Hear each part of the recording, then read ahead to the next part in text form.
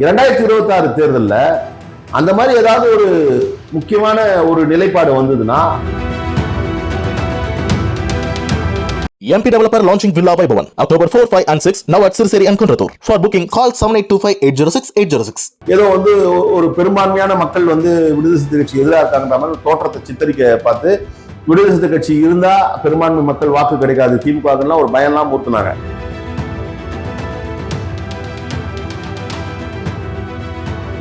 இப்ப 2026 தேர்தல் விசிகாவுடைய பாதை எப்படி இருக்கும்? கூட்டணி ஆட்சி இல்லையோ மந்திரி சபையில பங்கோ அந்த அடிப்படையில பயணிக்க போறாங்களா, இல்ல 2021 தேர்தலில் போன மாதிரி அதே மாதிரியான கூட்டணி பயணிக்க தான் இருக்க போதா வாய்ப்பு? இல்ல அது அப்ப 2026 எந்த தேர்தலையுமே விடுதலை சிறுத்தை கட்சி ஆட்சியிலும் அதிகாரத்திலும் பங்கு என்பது ஒரு அடிப்படை கோட்பாடு.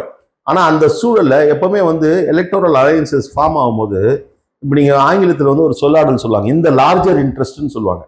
இந்த லார்ஜர் இன்ட்ரெஸ்ட்னா எதற்கு முன்னுரிமை கொடுக்கணும், எந்த விஷயத்துக்கு முன்னுரிமை கொடுக்கணும் அப்படின்னு இருக்கு. இதை விடுதலை சிறுத்தை கட்சி ஒரு டேக்லைனா எப்பவுமே வச்சிருக்கோம். எந்த அளவுக்கு வச்சிருக்கோம்னா, நீங்க ஆட்சியிலையும் அதிகாரத்தையும் பங்கு கேட்பீங்களான்னு சொல்றீங்க.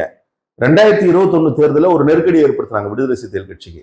சட்டமன்ற தேர்தலில் கூட்டணியிலே இருப்போமா இருக்க மாட்டோமான்ற அளவுக்கு ஒரு நெருக்கடி ஏற்படுத்தினாங்க. எழுச்சி தமிழர் இந்த பெண்களை பற்றி தவறா பேசிட்டாருன்னு ஒரு பொய்யை கிளப்பி விட்டு அவர் பேசின வீடியோ கட் பண்ணி எல்லாம் பண்ணாங்க இல்லையா. அப்போ என்னன்னா ஏதோ ஒரு பெரும்பான்மையான மக்கள் விடுதலை சிறுத்தை கட்சி எதிராக இருக்காங்கன்ற மாதிரி தோற்றத்தை சித்தரிக்க பார்த்து விடுதலை சிறுத்தை கட்சி இருந்தா பெரும்பான்மை மக்கள் வாக்கு கிடைக்காது திமுக ஒரு பயம்லாம் ஊத்துனாங்க.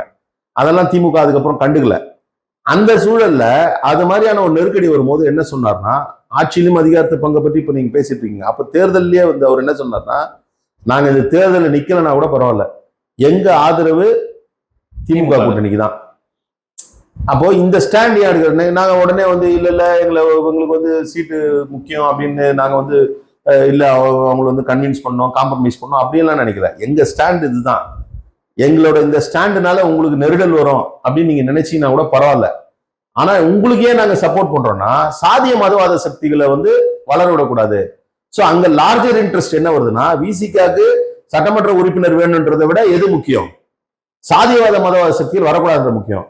2026 தேர்தல்ல அந்த மாதிரி ஏதாவது ஒரு முக்கியமான ஒரு நிலைப்பாடு வந்ததுன்னா, இப்ப உதாரணத்துக்கு இப்ப இந்த தேர்தலில் பிஜேபி சனாதன சக்தி நிறுத்தணும்னு நம்ம பண்றோம். அப்ப என்ன பண்றோம், நாம எங்க கட்சியினுடைய வலிமை கூடுதலான வலிமை இன்னும் அதிக எண்ணிக்கையான இடங்கள்ல நிற்க முடியும். ஆனாலும் 2 இடம்னும் போது சரி ரைட் ஓகே அப்படின்னு நம்ம அக்செப்ட் பண்றதுக்கான காரணம் என்னன்னா, எனக்கு 4 வேணும் 3 வேணும் 5 வேணும்னு சொல்லி நம்ம ஃபைட் பண்றதை காட்டணும்.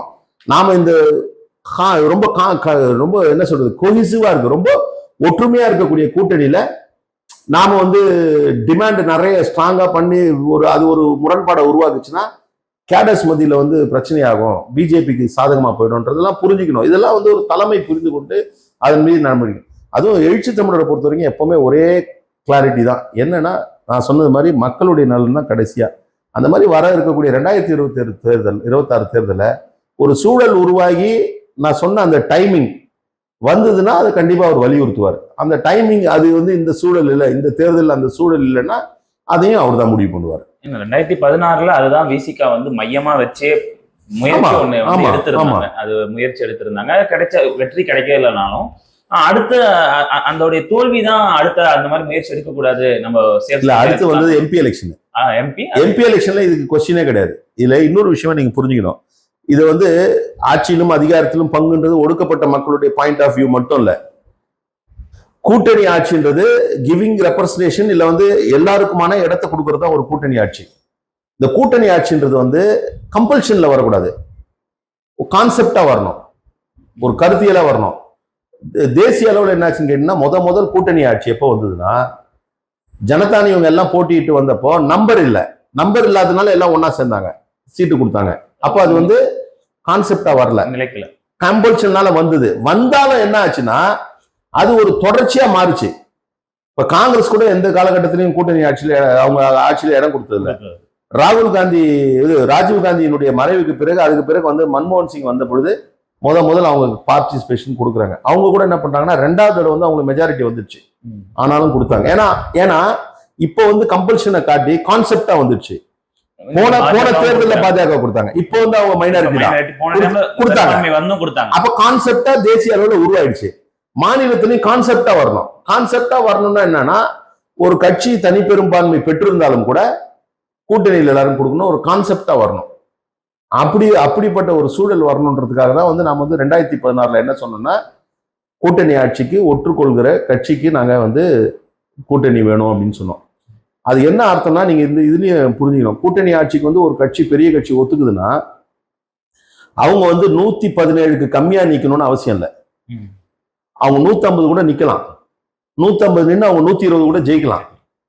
ஆனாலும் மற்றவங்களுக்கு இடம் கொடுக்கணும். இந்த கான்செப்ட் வரணும், இதுக்கான காலம் கணியணும்னு தான் நாங்க பார்த்துட்டு இருக்கோம். வரும்னு அதுக்கான காலம் 2020 வந்ததுன்னா அது வந்து ஒர்க் அவுட் ஆகும். 2026 அதுக்கான சான்ஸ் இருந்தா கண்டிப்பா அதுக்கான ஸ்கோப் இருக்கு, வரணும் அப்படின்னு சொன்னா வரும். இப்போ ஒரு காலமா எவால்யூஷன் தானே. நீங்க ஒண்ணுன்னா நான் சொன்னது மாதிரி கம்பல்ஷனா இருந்த கூட்டணி கான்செப்ட் தேசிய அளவுல ஒரு இதுவாயிடுச்சு, உங்களுக்கு ஒரு கருத்தா வந்துருச்சு. அந்த மாதிரி இங்க வரும், கான்செப்டா வந்துச்சு, இங்கேயும் வரும். ஓகே, ரொம்ப நன்றி சார். நேரம் ஒதுக்கி உங்களுடைய கருத்துக்களை பகிர்ந்ததுக்கு ரொம்ப நன்றி. MP Developer launching Villa Vaibhavan October 4, 5 and 6 now at Sirseri and Kunratur. For booking call 7825 806 806.